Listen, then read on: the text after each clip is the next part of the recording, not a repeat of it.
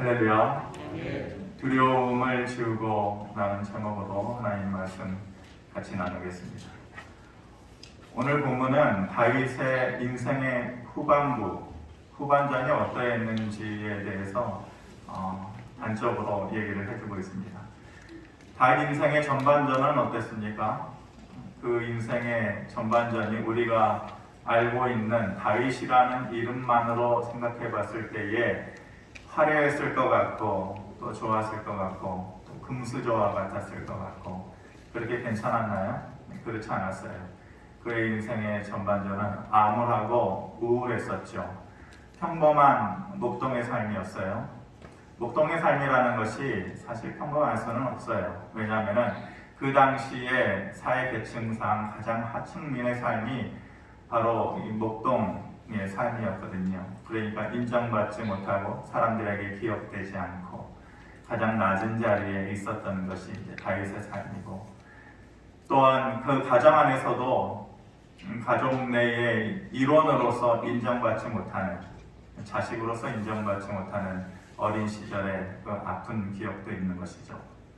그러다가 인생의 중반전에 그가 들어섰습니다. 다른 사람들은 감히 경험할 수 없는 인생 중반전에 큰 전환점을 맞이하게 되죠. 우리가 잘 아는 대로 골리앗과의 싸움에서 이기는 승리의 삶을 살았습니다. 굉장한 일이었죠. 그의 삶이 그 이후로 승승장구했을까요? 그것만 놓고 본다면 당연히 그렇게 되어지는 것이 수순일 텐데 그렇지 않았어요.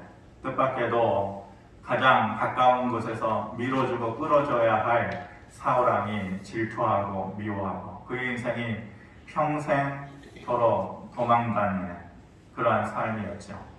그리고 배신당하는 삶이었고, 그리고 그의 인생의 어떤 일부분에 있어서는 자기 자신의 실수로 인해서 지난 시간에 말씀드렸듯이 그의 가정 안에 쑥대밭이 되어지는 그런 암울한 인생의 역사도 그가 가지고 있었습니다.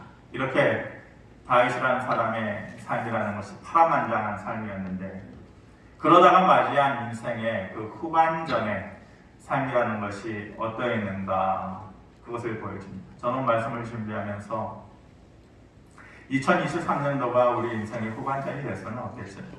그런데 마치 우리 인생의 후반전의 모습처럼, 다윗 인생의 후반전의 모습처럼 우리의 삶도 그랬으면 좋겠다, 그러한 삶이 우리에게 있었으면 좋겠다라는 마음으로 말씀을 준비하게 되었습니다. 누구라도 처음이 좋고 나중이 나쁜 인생이라는 것, 그것은 원하지 않는 것이죠. 처음에는 좀 불행하고 어두웠다 할지라도 되어져 가면서, 나중에 시간이 되어져 가면서 점점 회복되어지고 또 다윗의 삶처럼 그 후반전이 우뚝 서게 되어지는 그런 삶을 꿈꿀 것입니다. 오늘 말씀을 통하여서 이러한 삶의 모습이 저와 여러분들에게 있기를 바랍니다. 첫 번째로 그 인생의 마지막 삶이 어떻습니까? 마지막에 깃발을 들어올린 삶이다. 깃발을 들어올린다라는 것은 원래 승리했을 때에 취하는 행동이죠. 그래서 그의 인생의 마지막에 이기고 승리했다는 삶을 얘기해주고 있습니다. 본문은 다윗 인생의 마지막 전쟁 스토리를 말하고 있습니다. 상대가 누군가 암몬이라는 나라예요. 그런데 이 암몬이라는 나라가 이스라엘에게도 그렇지만은 다윗 인생에 있어서는 좀 특별한 의미가 있어요. 사울이 이스라엘의 처음 왕이 되었죠. 1대 왕이 되었어요. 그래서 그 왕정 시대가 되고 나서 처음 전쟁을 했던 상대국이 암몬이에요. 그리고 다윗 인생의 맨 마지막 전쟁의 끝이 누구냐? 또 암몬이. 그 길고 길었던 무수한 그 전쟁의 역사, 그 마지막을 이제 암몬과의 전쟁을 통하여서 끝을 보면서 다윗은 어떤 모습으로 서 있나? 그러니까 처음과 끝, 그것이 이제 그 암몬과의 전쟁이었는데 마치 인생의 끝마무리, 매듭을 지으면서 어떠한 모습으로 다윗이 서 있나를 얘기해주고 있습니다. 2절에 보니까 다윗이 그 왕의 머리에서 보석 있는 왕관을 빼앗아 중량을 달아보니 금 한 달란트라 그의 왕관을 자기 머리에 썼다. 이렇게 말합니다.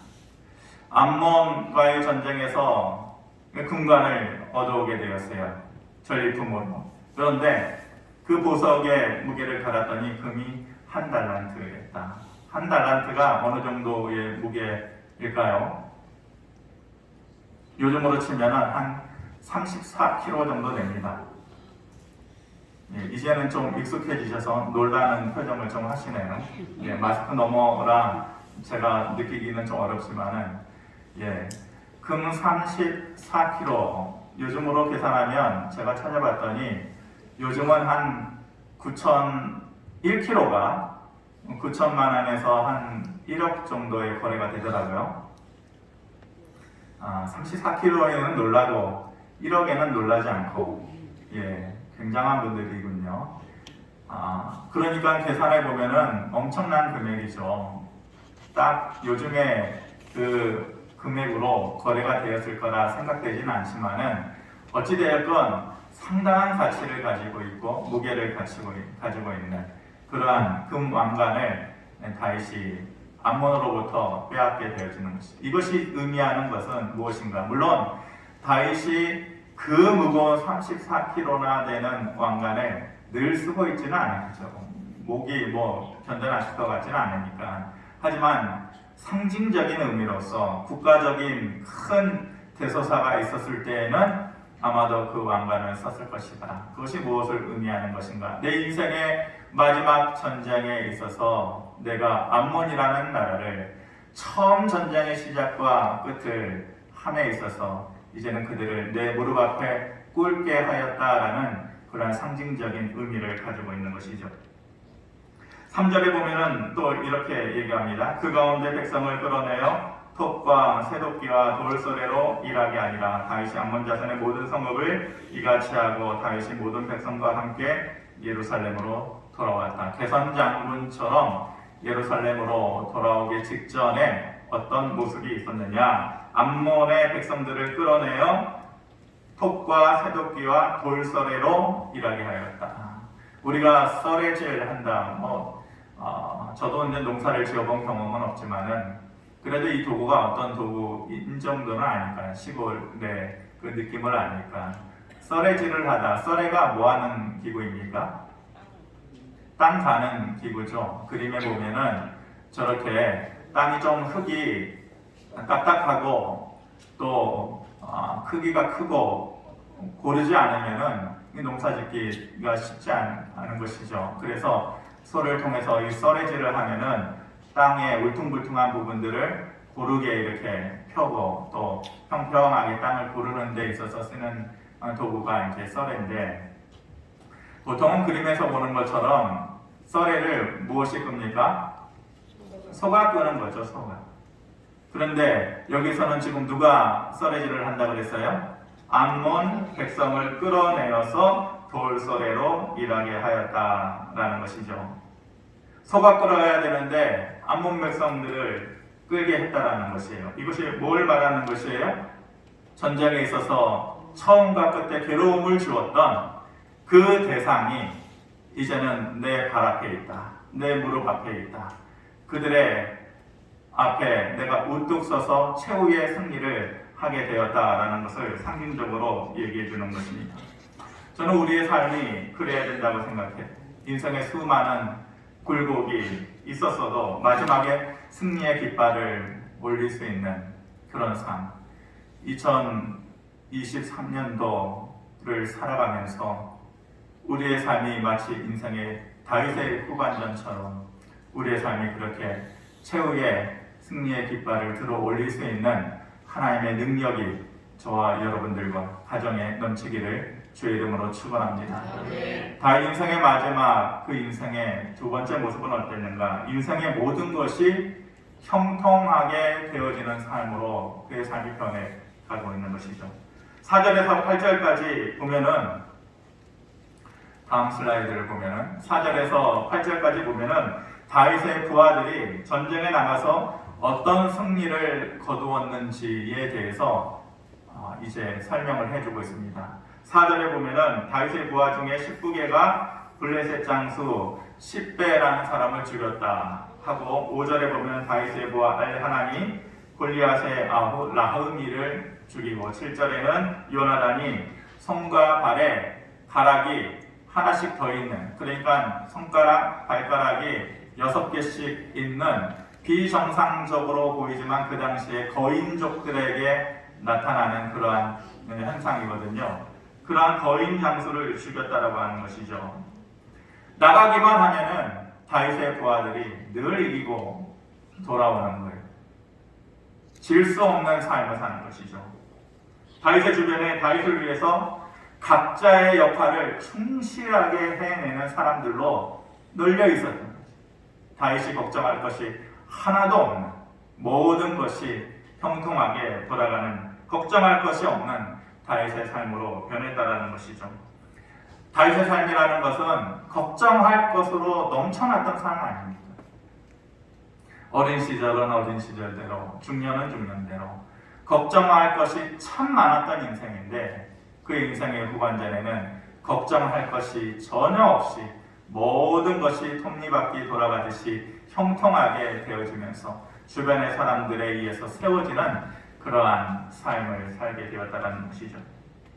단적으로 다윗의 삶이 어떠했는가를 보여주는 또 다른 이 성경 구절과 똑같은 장면을 보여주는 병행 구절이 사무엘하 21장이거든요. 본문에는 나와 있지 않지만은 사무엘하 21장에 보면은 지금의 블레셋과의 전투하는 장면이 똑같이 나오는데, 거기에만 나와 있는 표현이 있어요. 거기에서 블레셋 장수가 다윗을 죽일 뻔한 그러한 위험천만한 그런 순간이 있었었죠. 근데 다윗의 신하들이 가까스로 그 절체절명의 순간에 다윗의 목숨을 구해내고서 이런 말을 합니다. 그러니까 얼마나 그 다급한 순간이었겠어요. 다윗의 목숨을 블레셋의 장수로부터 구해내고 나서 곧바로 이런 말을 했다라는 것이죠. 사무엘하 21장 17절 말씀 우리 한번 같이 보겠습니다. 시작. 그때에 다윗의 지정자들이 그에게 맹세하여 이르되, 왕은 다시 우리와 함께 전장에 나가지 마옵소서, 이스라엘의 등불이 꺼지지 말게 하옵소서 하니라. 이게 무슨 말씀이냐면은, 왕이라고 하는 것은 전쟁이 일어나면 당연히 제일 앞장서서 전쟁을 이끌어야 하는 인물이죠. 군사들의 사기를 위해서도 당연히 그렇게 해야 되는 것입니다. 그런데 그 신하들이 뭐라고 얘기하는 거예요? 앞으로는 전쟁터에 절대로 나오지 말라. 당신이 무능해서가 아니라 당신이 어떠해서 그렇다라는 거예요. 당신은 이스라엘의 등불이다. 등불이라는 것이 소망이고 생명의 원천이 되는 것이잖아요. 그러니까 다윗을 두고 당신은 이스라엘의 등불인데, 당신이 지금과 같이 전쟁터에 나와서 혹시라도 부상을 당하거나 죽임을 당한다면 우리에게 있어서는 더 이상 희망할 것이 없는 등불이 꺼진 삶과 같지 않겠느냐. 그러니까 당연히 어떤 나라든 어떤 왕이든 전쟁이 일어나면 제일 먼저 나가서 전쟁을 이끌어야 하는데 나오지 말라는 거예요. 상관없다는 거예요. 안 나와도 된다라는 거예요. 당신의 목숨이 더 중요하다. 우리에게서는 등불과 같은 존재다라는 것입니다. 백성들로부터 끔찍하게 사랑받는 다윗이죠. 끔찍하게 아낌을 받는, 누군가로부터 이렇게 끔찍할 정도로 아낌을 받고 사랑을 받는 듯한 그 마음이 어떨까? 마음이 터져버릴 것과 같이 행복하고 기쁘지 않겠어요?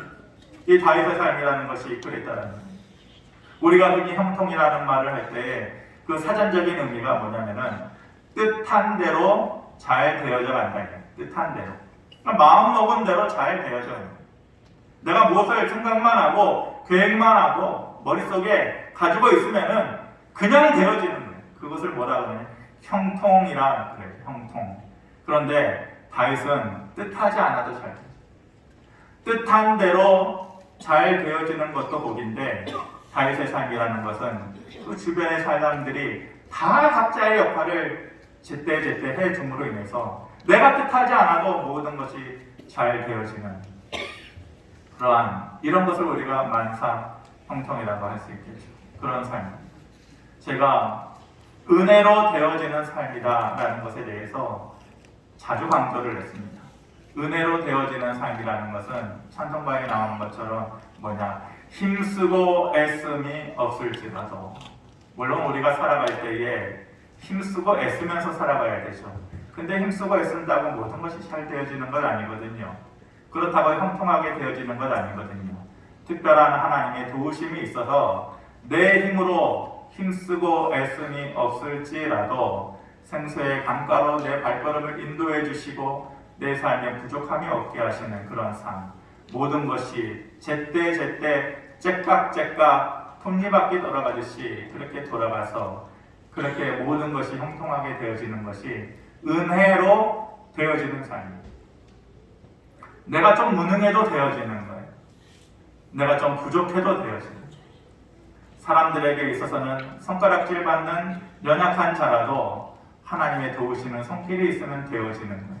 그것을 뭐라 그러냐면 은혜로 되어지는 삶이라는 거예요. 다윗의 인생의 후반전이 바로 이렇게 은혜로 되어지는, 모든 것이 합력하여서 선을 이루면서 풀어지고 해결되어지는 그런 삶을 살게 되었다는 것이죠. 꿈만 같은 얘기죠. 우리가 들었을 때에는 나도 그렇게 되었으면 좋겠다, 꿈꿀 수밖에 없는 일이에요. 그런데 그 꿈을 왜 못 꿉니까? 되든 안 되든 저는 그런 꿈을 꾸고 살아요. 저는 2023년도에 저와 우리 교회 그리고 여러분들의 가정이 이렇게 뜻한 대로 되어지는, 아니 뜻하지 않아도 하나님께서 미리 계획하시고 인도해 주시는 그러한 넉넉함과 풍요로움이 있는, 문제가 해결되어야 되는 그런 삶이 되어지기를 주님의 이름으로 축원합니다. 마지막으로 다윗 인생의 후반전의 모습이 어땠나? 인생의 두려움이 지워진 삶이 되었어요. 인생의 두려움이 지워지고 나이가 들고 이제는 인생의 내리막길에 있으면서 두려워할 요인들이 사라진다라는 거, 요즘 들어서 그러한 삶이 참 귀하다, 그런 생각이 들어요. 이제 인생의 내리막길을 걷는데 자꾸만 두려워할 요인들이 중첩되어지고 내 눈앞에 보여지고 내 귀에 들려지고 내 마음에 담아지게 되면은 그 인생은 참으로 힘든 인생이죠. 그런데 인생의 두려운 요인이 하나씩 안개에 겹치듯이 지워지는 삶이라는 것은 특별한 하나님의 축복이 있는 삶인데, 다윗의 삶이 바로 그랬다라는 것이, 좀 전에 다윗의 부하들이 누구누구를 죽였는지 제가 잠깐 말씀을 드렸는데 4절, 5절, 6절, 7절에 보면은 그 죽임당한 사람들, 다윗의 부하들에 의해서 죽임당한 사람들의 공통점이 있어요. 공통점. 그게 뭐냐면은 다 키 큰 자들이에요. 키 큰 자들. 블레셋 사람 식배도 그렇고 골리앗의 아우 라훔이도 그랬고, 또 다른 손가락과 발가락이 6개씩 있었던 이름 모를 그 블레셋의 장수, 또한 가드의 큰 사람들, 모두 다 공통점을 하나 찾아보자면 다 키 큰 자들이에요. 여기서 말씀을 잠깐 내리고 민수기로 우리가 시선을 돌려서 다른 사건을 하나 잠깐 살펴보면, 이스라엘 백성들이 출애굽해서 가나안 땅으로 들어가게 되는데 가나안 땅이 눈앞에 있어요. 이스라엘 백성들이 어디에 있냐면은 가데스바네아라는 곳에 있어요. 가데스바네아에서 가나안 땅까지는 길면 2주 아니면은 1주면은 들어가는 곳이거든요. 그러니까 그들이 꿈꿨던 가나안 땅으로 들어가는 것이 바로 코앞에 있는 거예요. 그런데 그들이 그렇게 하지 못했어요. 왜냐하면 그 땅을 정탐하고 돌아왔잖아요. 그런데 정탐하고서 그들이 멈춰섰어요. 힘들게 목숨을 걸고 어렵게 애굽을 탈출했는데 그들이 그 꿈꿨던 땅 앞에서 멈춰서 있는 거예요. 들어가지 못하는 거예요. 그리고 40년 동안의 방황의 시작이 되게 되는 것이죠. 그 이유가 무엇인가? 바로 두려움 때문에 그랬어요. 두려움. 무엇에 대한 두려움이에요? 아낙 자손에 대한 두려움이에요. 민수기 13장 33절에 보면 이렇게 말씀합니다. 거기서 네피림 후손인 아낙 자손의 거인들을 보았나니 우리는 스스로 보기에도 메뚜기 같으니 그들이 보기에도 그와 같았을 것이다. 꿈꿨던 땅 앞에서 정탐을 하고 돌아오니까 못 갈 것 같아요.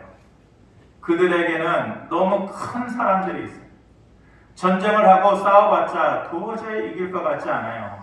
그들은 네피림 후손이라고 말하는 아낙 자손들, 키가 보통 3m에 육박하는 엄청난 거인족이거든요. 그러니까 이스라엘 백성들이 전쟁의 젬병이었던 시절이잖아요. 어떻게 이겨요? 초등학생하고 대학생과의 싸움과 같은데 어떻게 그 앞에서 고개나 한번 들어볼 수 있겠어요? 너무 힘겨운 싸움이죠. 그래서 그들이 애초에 마음을 접어버려요. 하나님의 약속이 있었는데 그 약속이라는 것은 아랑곳하지 않고 우리의 눈으로 보기에 이거 불가능하다. 그래서 그 한순간의 잘못된 판단, 그 한순간의 그 두려움, 그것 때문에 이스라엘 백성들이 40년 동안에 방황하는 시절을 가지게 되잖아요. 바로 이 아낙 자손에 대한 두려움 때문에 그랬어요. 그때의 일은 평생 후회할 만한 일이죠. 그때의 그 사건은 그들에게 있어서 잊지 못할 두려움의 요인으로 마음속 깊이 자리 잡고 있는 것이에요. 그런데 그 시간이 한참이나 지나고 나서 다윗의 인생 후반전에 모두 이 아낙 자손을 자기의 무릎 앞에 꿇게 만든다. 가디의 키 큰 자들이 다 누구예요? 아낙 자손을 얘기합니다. 평생 후회할 사건이었고 평생 두려움의 대상이었던 아낙 자손들을 다윗의 손에는 피 한 방울 묻히지 않고서 삶에서 말끔하게 지워버린 것이죠.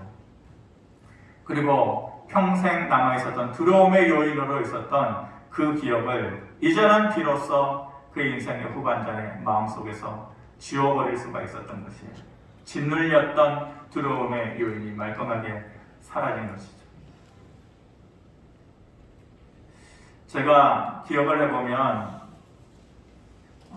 그때의 기억은 오래된 기억이어도 선명해요. 물 색깔, 또 물에서 내가 얼만큼 밑에 떨어져 있었는지, 어렸을 때 강가에서 놀다가 물에 빠져서 죽을 뻔한 그러한 일이 있었는데, 눈 감으면 내 위에 물 색깔과 물의 높이가 이렇게 지금도 선명한 것 같아요. 그러니까 물에 대한 트라우마가 있죠. 두려움과 공포가 있어요. 수영을 배우지 못하다가 그래도 연습을 하고 또 강습을 받고 배우니까 물이라는 것에 대한 공포감을 서서히 이길 수 있게 되더라고요. 저는 못할 줄 알았는데 그렇게 되더라고요.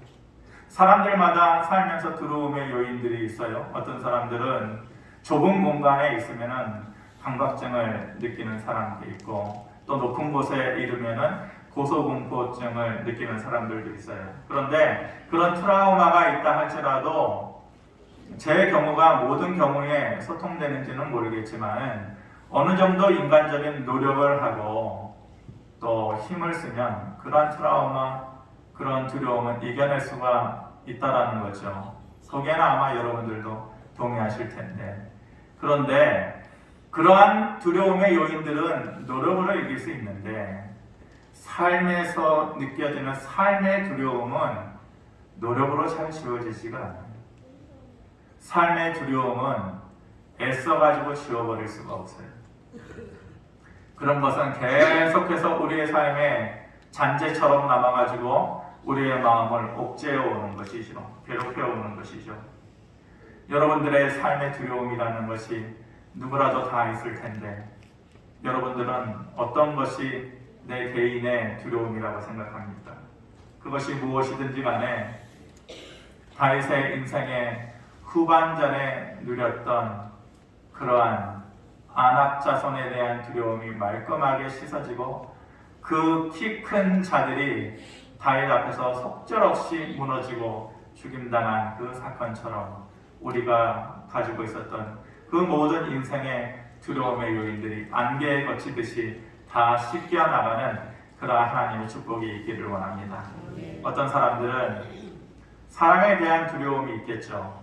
어떤 사람들은 살면서 경험했던 것에 대한 두려움이 계속해서 남아있는 사람들도 있을 것이고, 또 어떤 사람들은 지금 내가 사는 것이 이 자체가 두려움이고 걱정이다, 이렇게 생각하는 분들도 계실 것입니다. 하지만 그 모든 두려움의 요인들이 하나님의 특별한 도우심 가운데에서 다 지워지는 한 해가 되어지기를 바랍니다. 훈련이나 노력을 통해서 되어지지가 않아요. 오직 하나님의 기이한 도우심을 통해서만 되어지는 것입니다. 세일을 지나면서 다윗의 인생의 후반전처럼 우리 인생에 있어서 이 전쟁터와 같은 삶을 살아갈 때에 최후의 승리의 깃발을 들어 올릴 수 있는 그런 삶이 되어지기를 바라고, 세상 사람들 각자의 나름대로의 방법으로 힘쓰고 애쓰면서 살아가는데 하나님께서 우리를 특별히 도우셔서 힘쓰고 애씀이 없을지라도 주변의 모든 것이 은혜로 형통하게 되어지는 그러한 삶이 되어지기를 바랍니다. 그리고 마지막으로 삶의 두려움이 다 지워지고 우리의 마음 가운데 참된 자유함과 평강이 넘쳐나는 그러한 2023년도가 되어지기를 주님의 이름으로 축복합니다. 고마우신 아버지 하나님, 한 해의 시작은 이렇게 합니다. 하나님의 말씀에 약속이 우리의 마음을 채우시고 그 말씀이 살아가는 동안에 하나씩 하나씩 이루어지는 것을 눈으로 보는 그런 삶이 되어지기를 바랍니다. 다윗의 인생의 후반전의 삶의 모습처럼 그 하나하나의 모습이 그대로 판박이처럼 우리의 삶에 이루어지는 그런 삶이 되게 하시고, 육신의 연약함을 벗어버리고 회복되어지고 영혼의 평강이 넘쳐나는 그러한 삶이 되어지며 나오미처럼 기쁨이 넘치는 그러한 하나님에 대한 소망과 감사가 넘치는 그러한 한 해가 될 수 있도록 축복하여 주시옵소서. 감사드리며 예수 그리스도의 이름으로 기도하옵나이다. 아멘.